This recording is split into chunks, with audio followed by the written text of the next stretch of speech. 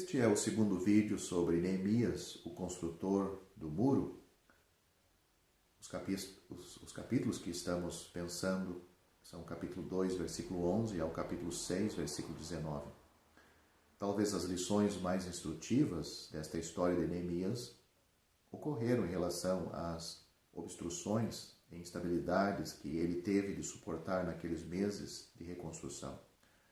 Houve 3 formas de oposição externa.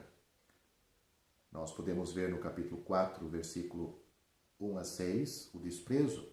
No capítulo 4, versículo 7 a 23, força contrária. E no capítulo 6, versículo 1 a 19, a astúcia. Houve igualmente 3 formas de obstáculo interno. No capítulo 4, versículo 10, nós temos escombros. No capítulo 4, versículo 11 a 14, nós temos o medo. E no capítulo 5, versículos 1 a 13, nós temos a cobiça. Cada uma delas é uma lição, um estudo em si, que corresponde surpreendentemente ao que enfrentamos hoje, no sentido espiritual. Nesse vídeo vamos ver a oposição encontrada externamente por Neemias.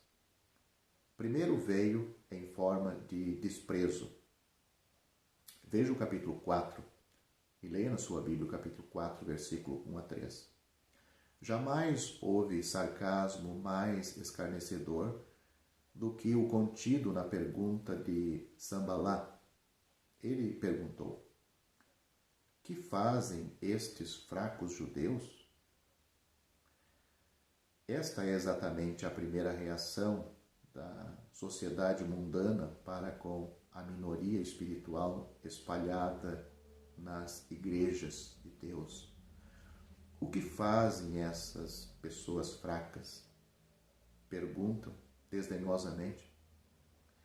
O que umas poucas reuniões de oração representam quando comparadas com um pacto europeu, uma mudança revolucionária por um governo socialista ou uma conferência da ONU? O que significa essa ideia tola de converter pessoas uma a uma, se comparada com programas científicos, legislativos, educacionais, econômicos e sociológicos que podem afetar milhões de pessoas ao mesmo tempo? Bem, como Neemias enfrentou o desprezo de Sanbalá e Tobias? Temos a resposta no capítulo 4 de Neemias, nos versículos 4 a 6. Ele apenas continuou a orar e a construir. Note as palavras dele. Ouve, ó nosso Deus, pois estamos sendo desprezados. É isto que ele diz.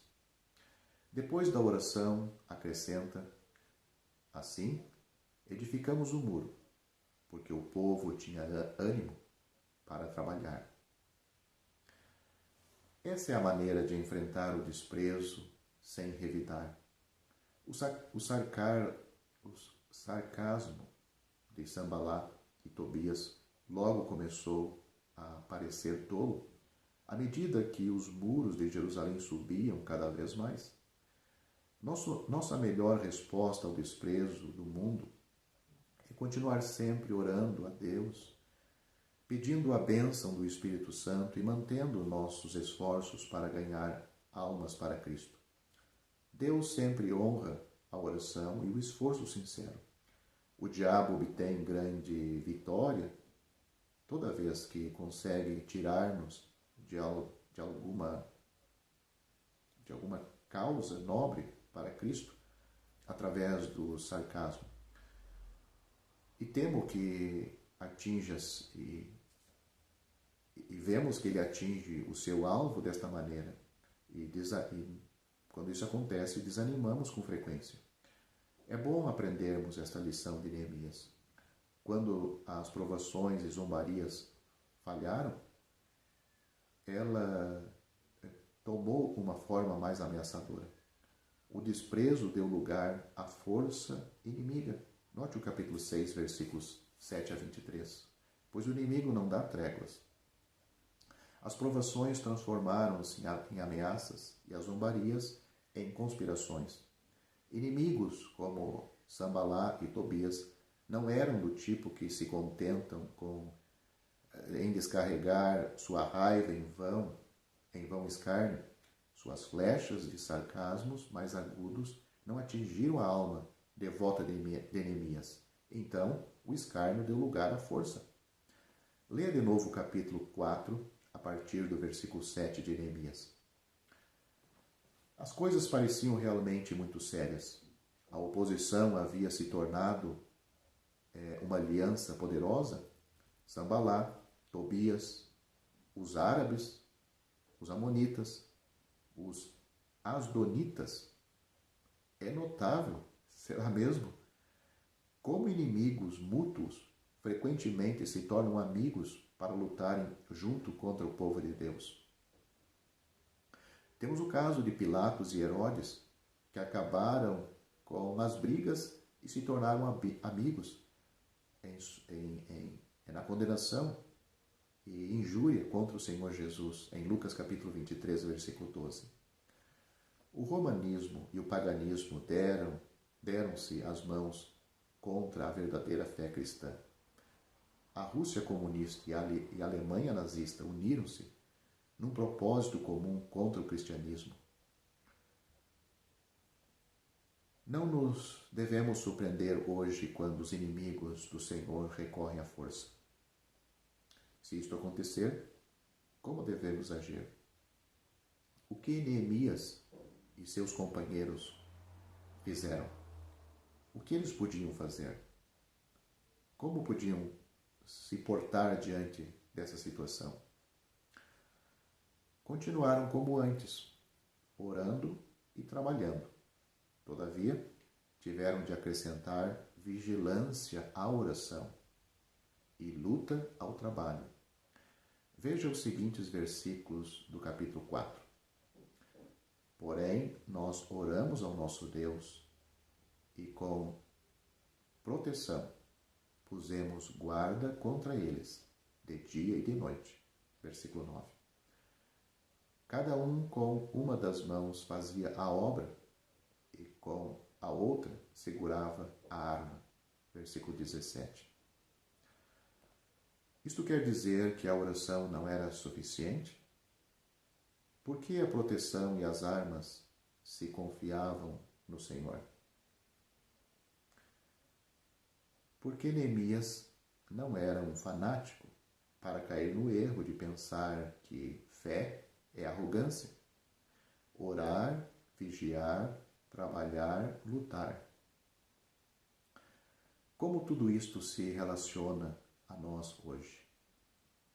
Não estamos sugerindo de modo algum que os cristãos devam recorrer a armas reais quando a força física é usada contra eles, como Neemias foi obrigado a fazer, mas existe uma aplicação espiritual, pois o ensinamento do Senhor Jesus no Sermão do Monte tem peso nesta hora. Existem ocasiões apropriadas para resistir, atacar e expor o erro, o engano, a falsidade e o pecado daqueles que se opõem à verdade encontrada em Cristo Jesus. Dessa luta não devemos fugir, qualquer que seja o risco ou o custo. Havia também outro tipo de oposição dos inimigos externos que Neemias precisou enfrentar. Quando o desprezo e a força falharam, Sambalá, Tobias e seus aliados recorreram à astúcia. Isto foi feito em quatro estágios.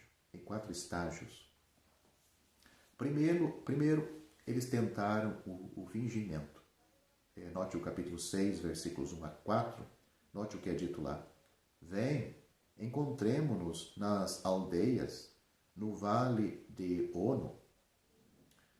Este era um engodo para uma conferência supostamente amigável em terreno neutro, provavelmente com a sugestão de que deveria ser feita uma aliança entre Neemias e eles. Mas Neemias percebeu a hipocrisia deles. Note o versículo 2. E cada vez que repetiam o convite, Neemias dava a mesma resposta. Estou fazendo grande obra, de modo que não poderei descer. Versículo 3. Esta sempre é a única resposta segura a tal fingimento. A separação sem concessões. A seguir, eles tentaram o blefe, dos versículos 5 a 9. Disseram que seria feito junto ao rei uma acusação contra Neemias e os judeus, no sentido de que eles estavam se preparando para uma rebelião, sendo que a única saída para Neemias seria aconselhar-se com eles. A resposta de Neemias foi uma franca negativa, uma oração renovada e a completa separação. Depois disso, e pior que tudo, eles conseguiram convencer alguns dos próprios companheiros de Neemias, usando assim de traição contra ele. Veja os versículos, do versículo 10 ao 14, ao versículo 14. Até mesmo alguns dos profetas foram subornados. Neemias, porém, recusou-se a agir de modo covarde e pecaminoso, mesmo quando aconselhado por um profeta. A falsidade daqueles Judas, da época de Neemias, em meio aos seus próprios seguidores, foi uma grande tristeza para Neemias, mas ele superou tudo através de sua corajosa sinceridade e da oração. Note os versículos 11 e 14. Parece terrível dizer, mas a verdade é que existem traidores como Semaías e Noádia. Leia os versículos 10 a 14, onde encontramos esses homens infiltrados entre o povo de Deus.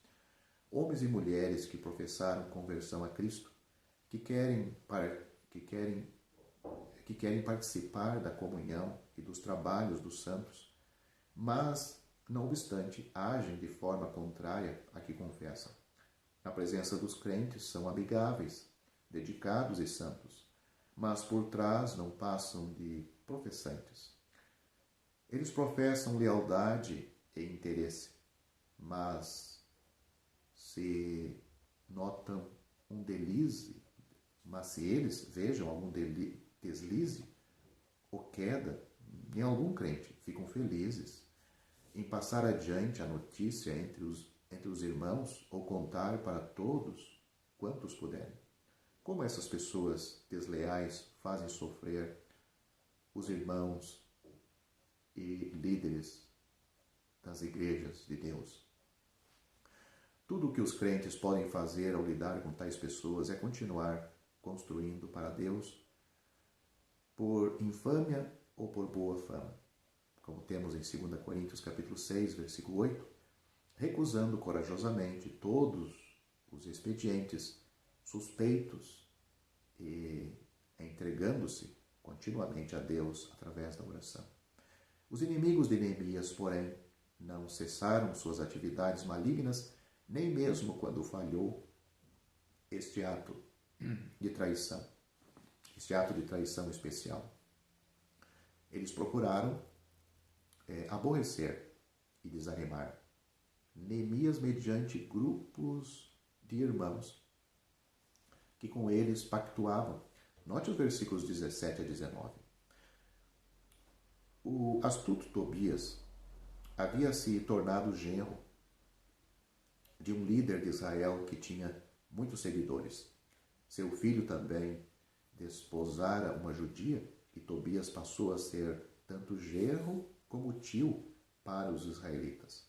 Nasceu assim um grupo em Jerusalém que permitia que seus laços familiares com Tobias superasse seu dever moral e espiritual. Como a tolerância torna as coisas complicadas. Neemias, com certeza, teve grandes problemas ao descobrir que muitos dos principais líderes de Judá mantinham laços estreitos com Tobias e que vários deles lhes eram ajuramentados. É isto que está registrado lá. Pelo fato de tanto ele como seu filho terem se casado com israelitas. Não é fácil manter a posição de Neemias, todavia, no fim, ele é o único que usa a coroa da aprovação divina e do verdadeiro sucesso.